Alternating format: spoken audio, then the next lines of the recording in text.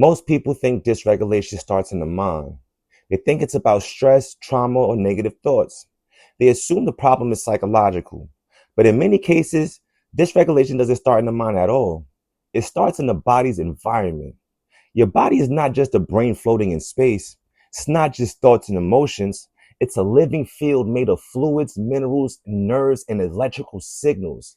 And that field is only stable when the internal environment is stable. If the environment is chaotic, the field becomes chaotic. If the environment is balanced, the field becomes balanced. Every cell in your body lives in fluid, not in air, not in empty spaces, in fluid, blood, lymph, and interstitial fluid. That fluid is the environment your cells experience every second. So your cells don't just react to thoughts, they react to the chemistry of that fluid. If the fluids are well hydrated, well mineralized, and flowing properly, the nervous system stays calm and stable. But if those fluids become thick, acidic, inflamed, or stagnant, the nervous system starts to panic. So dysregulation often starts with three things: dehydration, mineral loss, and stagnant circulation. When you're low on minerals, your nerves fire improperly, your heart rhythm becomes unstable, your brain signals become noisy, and your body enters a low-grade stress state. Not because of your thoughts, but because your internal environment is unstable. Your body is electrical. Your nerves fire using minerals. Your heart beats using minerals. Your brain signals travel through mineral currents: sodium, potassium, magnesium, calcium. These aren't just nutrients. They are the electrical language of the human body. So when mineral levels drop, the electrical system becomes unstable. And when the electrical system is unstable, your emotions, focus, and energy becomes unstable too. Now think about modern life. Most people are drinking coffee instead of water, eating processed foods with low mineral content, sitting for long hours with poor circulation, breathing shallow in stressful environments, staying up late under artificial light, and living under constant pressure. All of this dries the field out, strips minerals, slows down circulation, and overloads the nervous system.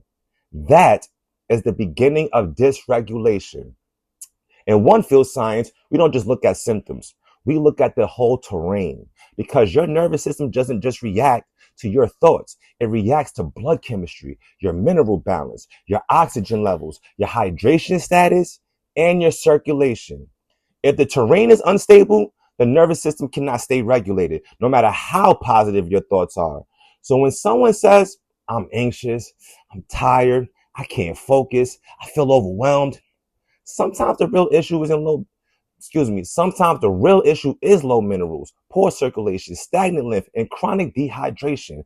Not a personality flaw, not a motivation problem, not a discipline problem, a terrain problem.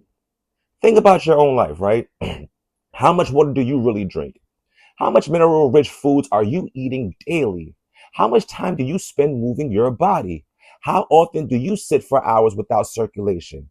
How often do you feel wired and tired at the same time? These are not just feelings. These are signals from your terrain. And once the terrain becomes unstable, the first system to react is the nervous system.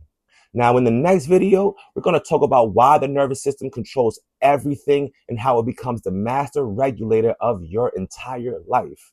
Remember this: you are not broken. Your field is just out of balance. And once the environment stabilizes, regulation returns naturally.